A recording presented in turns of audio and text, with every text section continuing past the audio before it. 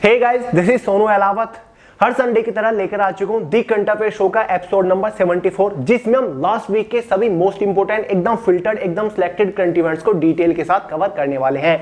और फ्रेंड्स, आज के एपिसोड का पीडीएफ फाइल हिंदी और इंग्लिश दोनों ही लैंग्वेजेस में आपको way to success official Telegram channel के अंदर मिल जाएगा, लिंक डिस्क्रिप्शन बॉक्स में है। तो चलिए फ्रेंड्स, ज्यादा टाइम वेस्ट नहीं करते, फटाफट आज के एपिसोड को शुरू कर लेते हैं। बट उससे पहले आपको एक इंपॉर्टेंट इंफॉर्मेशन दे दूं फ्रेंड्स, 10 जून मतलब इसी फ्राइडे इसी चैनल के ऊपर शाम 5 बजे specially SSC MTS and havildar exam aspirants के लिए कुछ मोस्ट इंपोर्टेंट अनाउंसमेंट आने वाली है। बहुत ही बड़ा सरप्राइज है, इसलिए वेट करिएगा 10 जून शाम 5 बजे वाली वीडियो का। तो चलिए शुरू करते हैं आज के first most important current event से, जो कि आपके सामने स्क्रीन के ऊपर है। नोट्स मेंटेन करते हुए जरूर चलना है, क्योंकि हफ्ते में एक दिन हमारा दी करंट अफेयर शो आता है। पहला करंट इवेंट है, उत्तराखंड में दुनिया का पहला लिक्विड मिरर टेलीस्कोप स्थापित। फ्रेंड्स, हाल ही में उत्तराखंड के नैनीताल में दुनिया का पहला इंटरनेशनल लिक्विड मिरर टेलीस्कोप स्थापित किया गया। इस टेलीस्कोप को कहां स्थापित किया गया? ARIES नैनीताल में इसको स्थापित किया गया, मतलब Aryabhatta administrative science research institute में इस टेलीस्कोप को स्थापित किया गया। फ्रेंड्स, इस टेलीस्कोप को बनाने की जो शुरुआत हुई थी 2017 से हुई थी। इस टेलीस्कोप को 3 देश के साइंटिस्ट मतलब एस्ट्रोनॉमर्स ने मिलकर बनाया, जिसमें से इंडिया के साइंटिस्ट, कनाडा के साइंटिस्ट, साथ ही बेल्जियम के साइंटिस्ट। फ्रेंड्स, इस टेलीस्कोप को इंटरनेशनल लिक्विड मिरर टेलीस्कोप क्यों कहा जा रहा है? क्योंकि फ्रेंड्स, इस टेलीस्कोप को बनाने में जो सबसे ज्यादा इस्तेमाल हुआ है वो मरकरी मतलब कि पारे का हुआ है, जो कि आपने थर्मामीटर के टिप पॉइंट के ऊपर देखा होगा। साथ ही उसके ऊपर एक बहुत ही पतली से ट्रांसपेरेंट फिल्म चढ़ाई गई है, ताकि जो मरकरी है वो एकत्रित रह सके। मरकरी करता है लाइट को रिफ्लेक्ट। और फ्रेंड्स, ये जो टेलीस्कोप आप स्क्रीन के ऊपर देख रहे हैं, इसका जो डायमीटर है वो लगभग 4 मीटर इसका टोटल डायमीटर है। फ्रेंड्स, अंतरिक्ष के अंदर छोटी सी छोटी हलचल को ये टेलीस्कोप डिटेक्ट कर लेगा। यहां तक कि जो स्टार्स होते हैं ना हमारे, उनके टेम्परेचर, उनकी डेंसिटी से रिलेटेड भी इंपॉर्टेंट इंफॉर्मेशन ये टेलीस्कोप इकट्ठा करेगा। इंडिया के अंदर स्पेशली मिलिट्री सैटेलाइट के पर्पज से इस टेलीस्कोप को इस्तेमाल भी किया जाएगा। तो काफी ज्यादा इस्तेमाल है, और ये दुनिया का पहला लिक्विड मिरर टेलीस्कोप है, यानी कि इस टाइप के टेलीस्कोप का पहली बार इस्तेमाल किया जा रहा है। कहां पर? इंडिया, उत्तराखंड के अंदर। तो अपने आप में बहुत ही बढ़िया, बहुत ही बड़ा आविष्कार है, याद रखिएगा। नेक्स्ट है, केंद्रीय गृह मंत्री अमित शाह हाल ही में पंचकुला में खेलो इंडिया यूथ गेम 2021 लॉन्च करेंगे। फ्रेंड्स, मैं आपको पहले ही बता चुका हूं, 4 जून से लेकर 13 जून 2022 के अंदर खेलो इंडिया यूथ गेम का चौथा एडिशन आयोजित किया जाएगा। और हाल ही में इस चौथे एडिशन का जो उद्घाटन करेंगे, शुरुआत करेंगे, वो केंद्रीय गृह मंत्री अमित शाह करने वाले हैं। हरियाणा के पंचकुला में ये चौथा एडिशन खेलो इंडिया यूथ गेम का आयोजन कराया जा रहा है। सबसे पहले बात करते हैं खेलो इंडिया यूथ गेम है क्या। वैसे कई बार आपको बता चुका हूं, एक बार और बात कर लेते हैं, क्योंकि इंपॉर्टेंट है, इससे रिलेटेड कई सारे क्वेश्चन बनते हैं। देखिए फ्रेंड्स, खेलो इंडिया यूथ गेम की जो शुरुआत हुई थी वो 2018 से हुई थी। 2018 में इसका पहला इवेंट खेला गया था। इसकी जो अनाउंसमेंट हो गई थी 2017 में अनाउंसमेंट हो गई थी। 2018 में इसका जब पहला आयोजन हुआ था ना, उसका उद्घाटन भारत के प्रधानमंत्री नरेंद्र मोदी जी ने किया था। खेलो इंडिया यूथ गेम का जो हेडक्वार्टर है वो दिल्ली के अंदर है। पहले इस गेम को 2018 में जब इसकी शुरुआत हुई ना, खेलो इंडिया स्कूल गेम के नाम से इसकी शुरुआत हुई थी, लेकिन 2019 के अंदर खेलो इंडिया यूथ गेम इसका नाम बदल दिया गया था। अब है ये खेलो इंडिया यूथ गेम, पहले था खेलो इंडिया स्कूल गेम। ठीक है, इसका जो पहला इवेंट हुआ था जनवरी 2018 में हुआ था, न्यू दिल्ली के अंदर हुआ था। दूसरा इवेंट जो इसका हुआ था 2019 के अंदर हुआ था, महाराष्ट्र पुणे के अंदर हुआ था। तीसरा जो इसका इवेंट हुआ था वो असम गुवाहाटी के अंदर हुआ था। और अब फाइनली इसका चौथा इवेंट होने जा रहा है, जो कि हरियाणा के पंचकुला में, यानी कि हरियाणा राज्य इसको होस्ट कर रहा है। एक और ध्यान देने वाली चीज है, यहां पर लिखा हुआ है खेलो इंडिया यूथ गेम 2021, मतलब ये 2021 वाला एडिशन है। 2021 जनवरी में ये होने वाला था, लेकिन पोस्टपोन हो गया था, क्योंकि पैंडेमिक चला हुआ है 2 साल से। तो फिर जून में होने वाला था 2021 में, फिर पोस्टपोन हो गया, फिर सितंबर में होने वाला था, फिर पोस्टपोन हो गया, अब जनवरी 2022 में होने वाला था, फिर पोस्टपोन हो गया। तो फाइनली 2021 वाला यूथ गेम अब 4 जून से स्टार्ट होने वाला है। तो ये 2021 वाला है। ठीक है, चौथा एडिशन। 5वां एडिशन जो होगा, एग्जाम में कई बार पूछ ले जाता है खेलो इंडिया यूथ गेम का जो 5वां एडिशन होगा वो कहां पर होगा, कौन सा स्टेट उसको होस्ट करेगा, तो याद रखेगा मध्य प्रदेश के भोपाल में 5वां एडिशन होने वाला है। खेलो इंडिया यूथ गेम में जो सबसे ज्यादा मेडल ले जा चुकी है अब तक, वो महाराष्ट्र स्टेट ले जा चुका है पहले नंबर पर, दूसरे नंबर पर हरियाणा स्टेट ले जा चुका है, तीसरे नंबर पर दिल्ली ले जा चुका है। क्लियर है। इन खेलों में जो सर्वश्रेष्ठ खिलाड़ी होते हैं इनाम के तौर पर गोल्ड, सिल्वर, ब्रॉन्ज इस तरीके से मेडल भी दिए जाते हैं, साथ ही इसमें एक धनराशि भी दी जाती है इनाम के तौर पर, जहां पर 5 लाख रुपए नगद दिए जाते हैं, साथ ही प्रशिक्षण दिया जाता है 8 सालों के लिए। यानी कि जो इंटरनेशनल स्पोर्ट इवेंट होते हैं उन सर्वश्रेष्ठ खिलाड़ियों को इंटरनेशनल इवेंट्स के लिए तैयार किया जाता है, ट्रेनिंग दी जाती है, जो कि अपने आप में काफी बड़ी बात है। खेलो इंडिया यूथ गेम की 2 कैटेगरी होती है, जिसमें से एक होती है अंडर 70 स्कूल छात्र जिसमें भाग लेते हैं, साथ ही एक अंडर 21 कैटेगरी होती है जिसमें कॉलेज छात्र भाग लेते हैं। इस बार खेलो इंडिया यूथ गेम के चौथे संस्करण में टोटल 8,500 के आसपास एथलीट्स भाग लेने वाली हैं। डिफरेंट कैटेगरीज में होती है, मतलब गेमों की अलग अलग इसमें कैटेगरी होती है, हर टाइप की कैटेगरी होती है। आई होप सारे डाउट क्लियर हो गए होंगे। मोस्ट इंपोर्टेंट है, याद रखेगा इस बार पंचकुला में हो रहा है 4था एडिशन, और 5वां कहां पर होगा, मध्य प्रदेश भोपाल में। वैसे हर साल जनवरी फरवरी के अंदर इसको आयोजित कराया जाता है, लेकिन पैंडेमिक की वजह से पोस्टपोन होता है ना। थर्ड इंपोर्टेंट है यार इवेंट, फॉर्च्यून के द्वारा जारी सबसे अधिक वेतन पाने वाली सीईओ की टॉप 500 सूची में एलोन मस्क पहले स्थान पर। फ्रेंड्स, फॉर्च्यून जो कि हर साल बहुत अलग अलग टाइप की लिस्ट जारी करता है, अलग अलग टाइप के सर्वे करता है, अलग अलग टाइप के इंडेक्स जारी करता है, जिसमें से हाल ही में इन्होंने एक लिस्ट जारी की है जो कि है Fortune top 500 list of highest paid CEO. मतलब दुनिया भर के अंदर ऐसे 500 कंपनी के सीईओ की लिस्ट जारी किया जो कि सबसे ज्यादा सैलरी लेते हैं, जो कि हाईएस्ट पेड सीईओ है। और इस हाईएस्ट पेड सीईओ की लिस्ट में नंबर 1 रैंक जिनको मिली है वो है एलन मस्क, जो कि टेस्ला और स्पेसएक्स के सीईओ है। यानी कि ये दुनिया के सबसे ज्यादा सैलरी वाले, सबसे ज्यादा वेतन लेने वाले सीईओ हैं फॉर्च्यून की इस लिस्ट के मुताबिक। क्लियर है। दूसरे नंबर पर आते हैं टिम कुक जो कि एप्पल के सीईओ हैं। तीसरे नंबर पर आते हैं जेनसन हुआंग जो कि एनवीडिया के सीईओ है। एनवीडिया कॉर्पोरेशन आपने सुना होगा, जो कि कंप्यूटर का ग्राफिक होता है ना, एनवीडिया आता है, आपने सुना होगा, वही है। ठीक है, जेन्स हुंग। तो ये इंपॉर्टेंट हो जाती है, एग्जाम में क्वेश्चन बनेगा। हाल ही में क्वेश्चन कई टाइप से बन सकता है कि top 500 list of highest paid CEO किसने जारी की, फॉर्च्यून। ये क्वेश्चन बन सकता है कि फॉर्च्यून की top 500 list of highest paid की लिस्ट में नंबर 1 पर कौन है, तो एलन मस्क है ऑब्वियसली। नेक्स्ट है भाई, राजस्थान सरकार ने हाल ही में राजीव गांधी खेल रत्न पुरस्कार और ग्रामीण ओलंपिक की घोषणा की।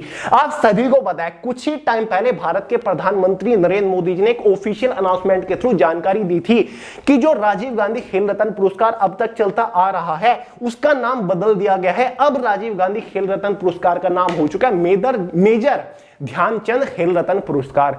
लेकिन फाइनली हाल ही में राजस्थान सरकार ने ऑफिशियल अनाउंसमेंट की है, जिसके थ्रू उन्होंने बताया कि राजीव गांधी खेल रत्न पुरस्कार हम दोबारा से देंगे खिलाड़ियों को, और साथ ही ग्रामीण ओलंपिक खेल की भी इन्होंने घोषणा कर दी है। फ्रेंड्स, 29 अगस्त को भारत के अंदर नेशनल स्पोर्ट डे के रूप में मनाया जाता है। तो इसी दिन से राजस्थान सरकार ग्रामीण ओलंपिक की शुरुआत करने जा रही है, और इस प्रतिस्पर्धा में जो सर्वश्रेष्ठ खिलाड़ी होंगे उनको राजीव गांधी खेल रत्न पुरस्कार दिया जाएगा। तो एग्जाम में इस टाइप का क्वेश्चन गारंटीडली बनेगा, हाल ही में किस राज्य ने राजीव गांधी खेल रत्न पुरस्कार की शुरुआत की है, या फिर राजीव गांधी ग्रामीण ओलंपिक की शुरुआत की है, तो याद रखिएगा राजस्थान। राजस्थान में सीएम कौन है फिलहाल, अशोक गहलोत है। राजस्थान के गवर्नर राज्यपाल कौन है, कालराज मिश्रा है। याद रखिएगा, इंपोर्टेंट पॉइंट्स मैंने आपको बता दिए हैं। नेक्स्ट है, इंपोर्टेंट डे से आ गया, 31 मई को विश्व तंबाकू निषेध दिवस मनाया गया। फ्रेंड्स, हाल ही में 31 मई गया है, तो इसी दिन दुनिया भर के अंदर वर्ल्ड नो टैबको डे के रूप में मनाया गया है। फ्रेंड्स, ये दिवस हर साल इसलिए मनाया जाता है ताकि जो तंबाकू का सेवन करते हैं जो लोग, उनके अंदर जागरूकता फैलाई जा सके, समाज के अंदर तंबाकू को लेकर जागरूकता फैलाई जा सके कि तंबाकू जानलेवा है, तंबाकू हमारी सेहत के लिए कितना हानिकारक है, इसलिए तंबाकू छोड़ना चाहिए। ये एक जागरूकता फैलाने के लिए हर साल 31 मई को बनाया जाता है। और हाल ही में WHO विश्व स्वास्थ्य संगठन ने एक रिपोर्ट जारी किया है जिसमें उन्होंने बताया कि इंडिया के अंदर एक साल में करीब 1 मिलियन लोगों की जो मौत होती है वो तंबाकू के सेवन की वजह से होती है। और दुनिया भर के अंदर तंबाकू सेवन करने वाले लोगों में से इंडिया के अंदर 70% लोग हैं। मतलब दुनिया भर के अंदर जितने लोग तंबाकू का सेवन करते हैं उनमें से 70% इंडिया के अंदर ही है तंबाकू का सेवन करने वाले। तो एक तरीके से भारत के अंदर बहुत ज्यादा लोग तंबाकू का सेवन कर रहे हैं। इस बार नो टैबको डे का जो थीम था वो नोट करके चलिए। Tobacco, threat to our environment. इस बार no tobacco day, world no tobacco day का थीम नोट करिए, एग्जाम में पूछा जाएगा। Tobacco, threat to our environment, याद रखिएगा। नेक्स्ट है 3 जून को विश्व साइकिल दिवस मनाया जाता है। हाल ही में 2 दिन पहले 3 जून गया है, इसी दिन दुनिया भर के अंदर वर्ल्ड साइकिल डे के रूप में मनाया गया। दुनिया भर के अंदर जागरूकता फैलाने के लिए कि साइकिल का इस्तेमाल करना कितना जरूरी है। साइकिल अगर हम डेली 30 मिनट भी चलाते हैं तो हमारी सेहत के लिए बहुत ज्यादा फायदेमंद है। अगर कोई इंसान डेली 30 मिनट साइकिल चलाता है तो उसको हृदय रोग नहीं होते, डायबिटीज नहीं होती, ओबेसिटी यानी कि मोटापे से वो बचा रहता है। साथ ही अगर ज्यादा से ज्यादा साइकिल का इस्तेमाल किया जा सके तो पोल्यूशन भी बहुत ज्यादा कम होगा। तो इसलिए लोगों के अंदर अवेयरनेस फैलाई जाती है कि ज्यादा से ज्यादा हमें साइकिल का इस्तेमाल करना चाहिए। आजकल लोग समय बचाने के लिए जल्दी में साइकिल का इस्तेमाल बहुत ज्यादा कम करने लग रहे हैं, इसलिए अवेयरनेस फैलाने के लिए। इस बार इसका कोई फिक्स थीम नहीं था, तो याद रखिएगा, बहुत इंपॉर्टेंट है। वर्ल्ड बाइसिकल डे 3 जून को हर साल मनाया जाता है। और साथ ही आज है 5 जून, एक और दिवस आज मनाया जा रहा है, वर्ल्ड इन्वायरमेंट डे, याद रखिएगा। नेक्स्ट एपिसोड में कवर करा दूंगा वैसे थीम के साथ। नेक्स्ट है और मोस्ट इंपॉर्टेंट है, एसएल थाउसेन को सशस्त्र सीमा बल के महानिदेशक के रूप में नियुक्त किया गया।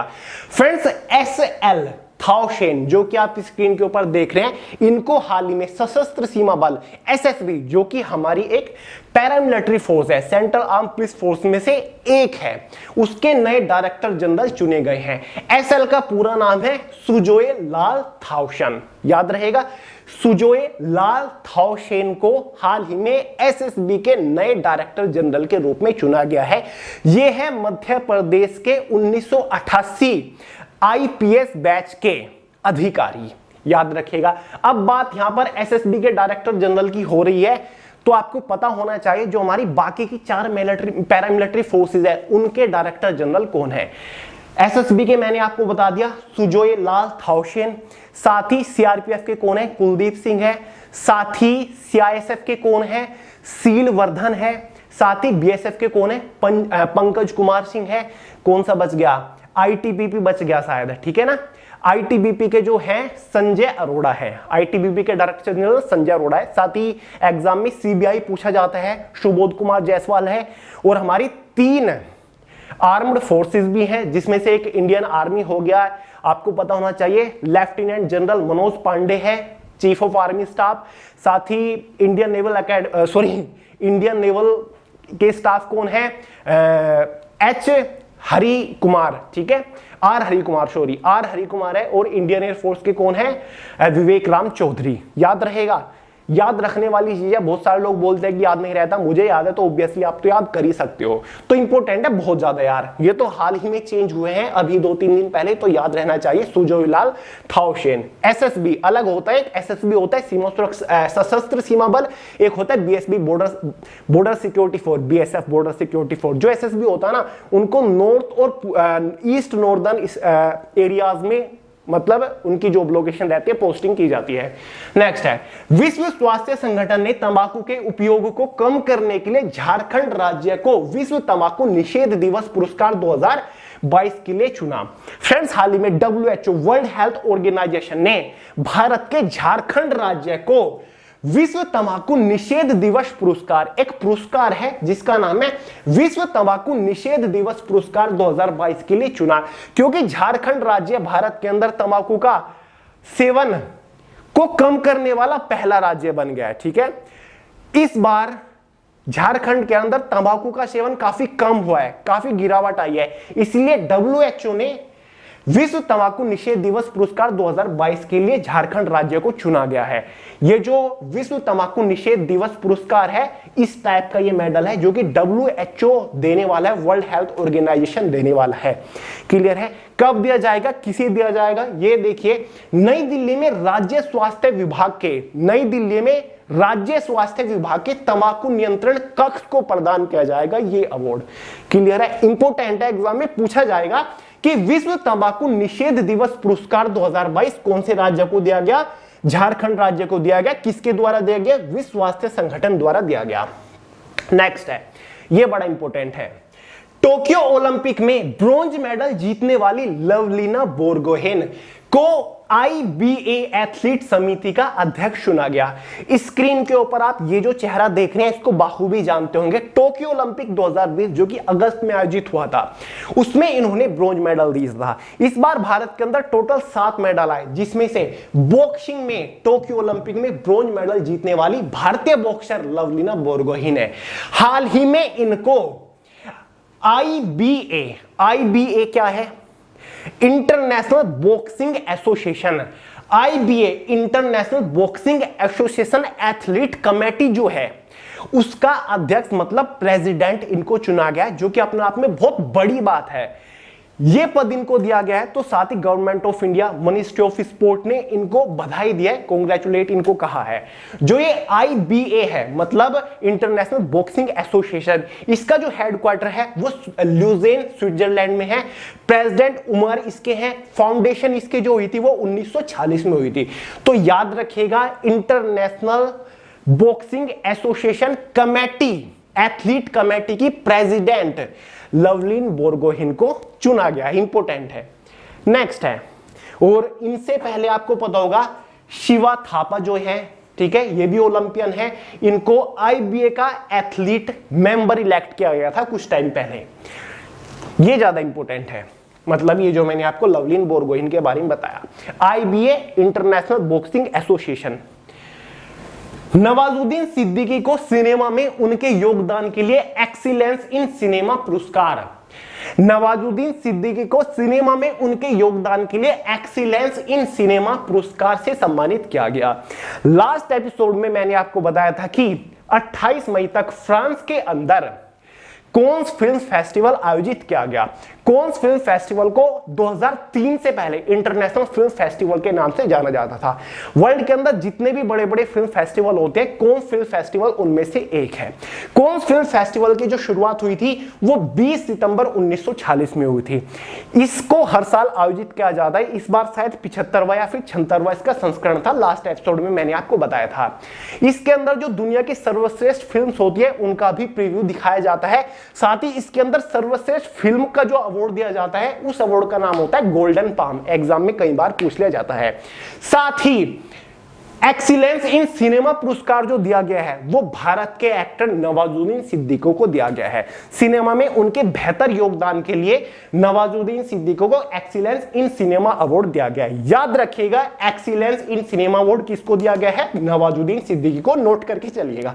बाकी कोन्स फिल्म फेस्टिवल के बारे में लास्ट एपिसोड में डिटेल से आपको बताया, देख लीजिएगा, एपिसोड नंबर 73।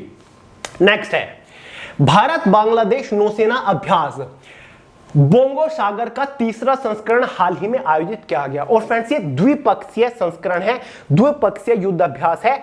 मतलब द्विपक्षीय उसको बोलते हैं जहां पर केवल 2 ही पक्ष होते हैं, सामने बांग्लादेश है और इधर भारत है। और ये एक नौसेना अभ्यास है, मतलब एक्सरसाइज है। दोनों देशों की जो नेवी है वो साथ मिलकर एक्सरसाइज करेंगे, युद्ध के ऊपर प्रैक्टिस करने वाली है। और इसका नाम है बोंगो सागर। और इसका ये तीसरा संस्करण आयोजित किया जा रहा है हाल ही में। तो याद रखिएगा, बोंगो सागर जो एक नौसेना अभ्यास है वो बांग्लादेश और कौन से देश के बीच में आयोजित किया जा रहा है? भारत के। और ये कौन सा संस्करण है? तीसरा संस्करण है।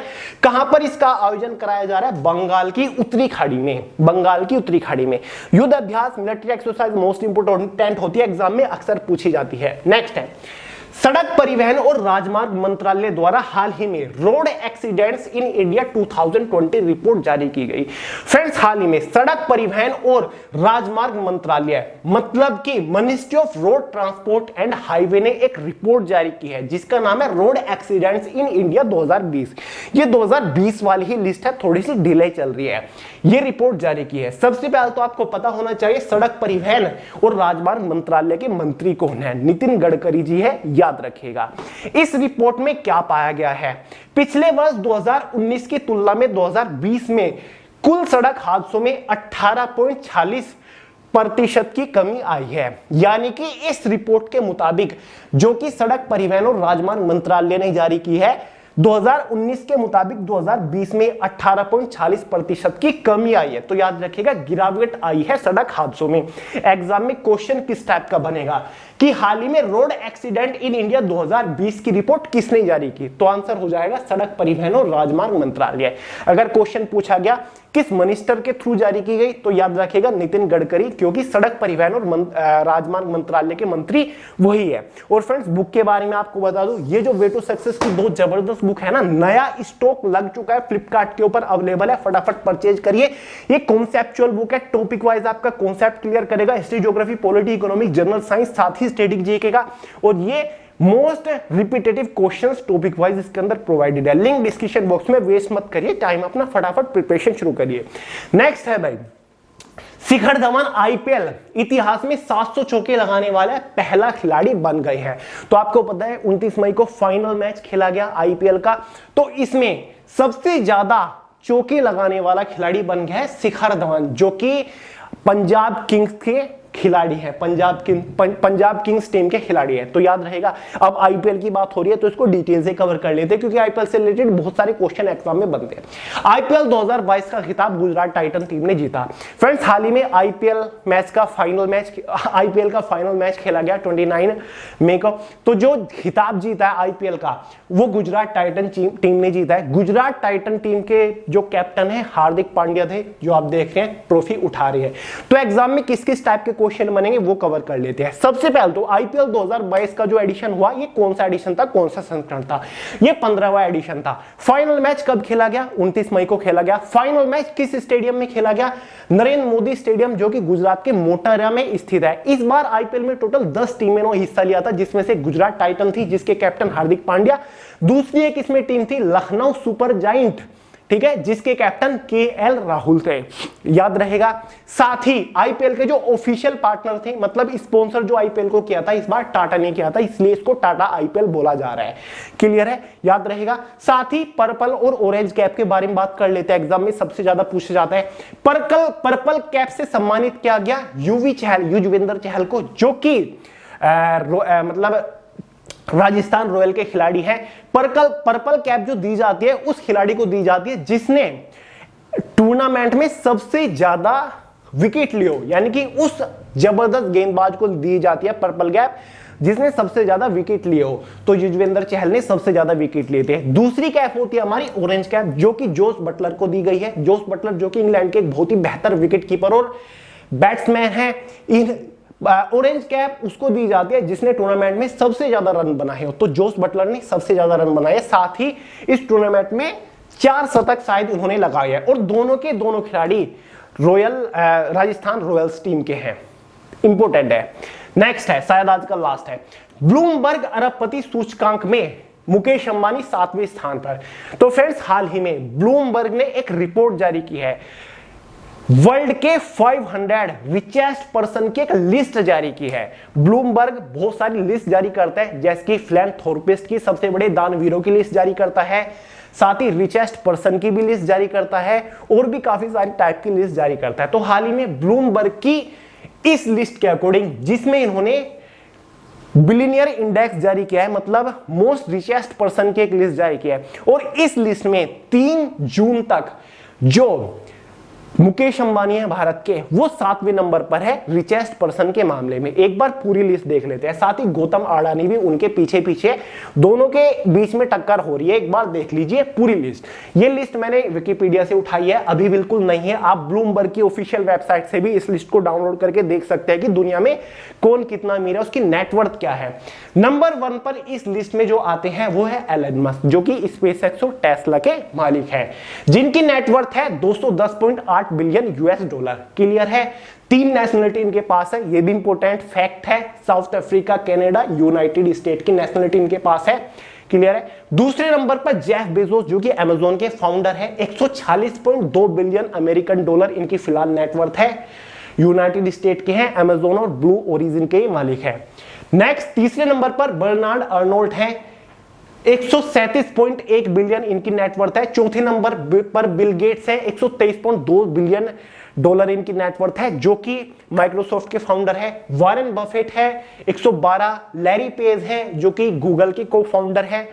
7वें नंबर पर देखें मुकेश अंबानी, जो कि रिलायंस इंडस्ट्रीज के मालिक है, 101.3 बिलियन डॉलर इनकी नेटवर्थ है।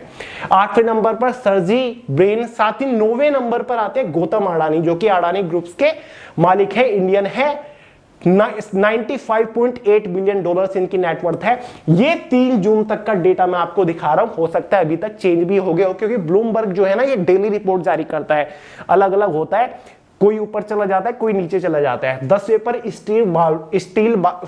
स्टीव बाल्मर आ जाते हैं, माइक्रोसॉफ्ट के चेयरमैन या फिर डायरेक्टर कुछ हैं, जो कि पहले चेयरमैन थे शायद, अब तो कुछ डायरेक्टर कुछ बड़ी पोस्ट के ऊपर है। 95.4 बिलियन डॉलर इनकी है। तो ये टॉप 10 की लिस्ट है। 7वें नंबर पर मुकेश अंबानी, बहुत बड़ी बात है भाई, कोई इंडियन दुनिया की लिस्ट है, दुनिया में पूरी दुनिया में देखे जा रहे हैं, 200 से ज्यादा देश हैं और लोग नजर बना के रखते हैं कि कौन सबसे अमीर आदमी है। तो जब देखते होंगे कि 7वें नंबर पर इंडियन है, 9वें नंबर पर भी इंडियन है, तो अपने आप पे बहुत बड़ी बात है। तो ये ऊपर नीचे होते रहते हैं। यहां पर आप देख सकते हैं, जहां पर भी रेड ये बना हुआ है ना, रेड उल्टा ट्राइंगल सा, नीचे को जो अगर ट्राइंगल है रेड मतलब उनकी नेटवर्थ थोड़ी कम होती जा रही है, गिर रही है, और जो ग्रीन है मतलब नेटवर्थ बढ़ रही है। तो फिलहाल इन 10 में से मुकेश अंबानी इकलौते ऐसे हैं जिनकी नेटवर्थ फिलहाल बढ़ती जा रही है। तो इंपॉर्टेंट है, याद रखिएगा। तो फ्रेंड्स, ये था आज का last important current event. I hope आपने एंजॉय किया होगा, नोट्स मेंटेन किए होंगे, और आने वाले एग्जाम में इनसे बाहर करंट अफेयर नहीं बनेगा। बस आप रेगुलर बेसिस पर हर संडे फॉलो करते रहिए। पीडीएफ फाइल आपको way to success official Telegram channel के अंदर मिलेंगे। ये नया टेलीग्राम चैनल है, पिछले वाला ब्लॉक हो गया था वे टू सक्सेस वाला, ये नया है, तो इसको फॉलो करिएगा। और इंस्टाग्राम के ऊपर फॉलो कर सकते हैं, सोनू अहलावत के नाम से मिल जाऊंगा। चैनल को सब्सक्राइब करना तो आप बिल्कुल भी मत भूलिएगा। तो चलिए दोस्तों, इस वीडियो में इतना ही था यार, मिलती है अगली वीडियो में बहुत जल्द, तब तक के लिए जय हिंद।